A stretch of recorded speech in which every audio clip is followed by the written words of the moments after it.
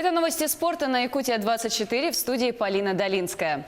Манчестер Юнайтед на выезде обыграл Дерби Каунти в матче 1/8 финала Кубка Англии по футболу. Встреча завершилась со счетом 3-0. Забитыми мячами в матче отметились Люк Шоу и Одио Игало. Дерби Каунти на протяжении 8 матчей не может обыграть Манчестер Юнайтед в Кубке Англии. Последний раз это произошло в четвертьфинале турнира сезона 1896-7 годов. Результат встречи выглядел 2-0. Тогда клуб из Манчестера назывался Ньютон Хит.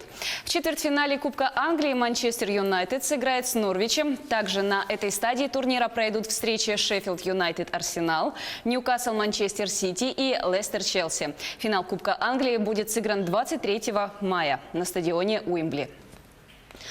Российский баскетбольный клуб ЦСКА обыграл в гостях греческий Панатинаикос в матче регулярного чемпионата Евролиги. И как результат счет 97-66. Самым результативным игроком на площадке стал форвард армейцев Джоран Хиллиард, который набрал 21 балл. У Панатинаикоса больше всего очков на счету Дешоа Томаса в количестве 12 баллов. Для армейцев эта победа стала крупнейшей в текущем розыгрыше в Евролиге. ЦСКА прервал трехматчевую серию поражений в очных встречах против греческой команды.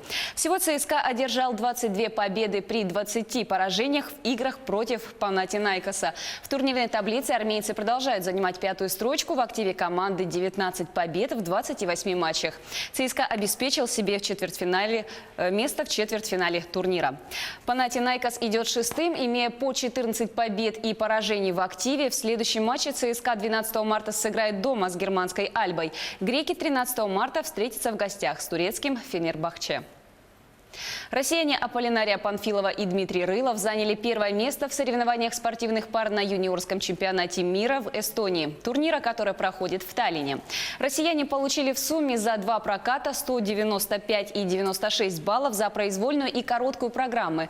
Второе место заняли Ксения Ахантьева и Валерий Колесов. Третье – Юлия Артемьева и Михаил Назарычев. Таким образом, российские фигуристы заняли весь пьедестал чемпионата мира. Чемпионат завершится 8 марта.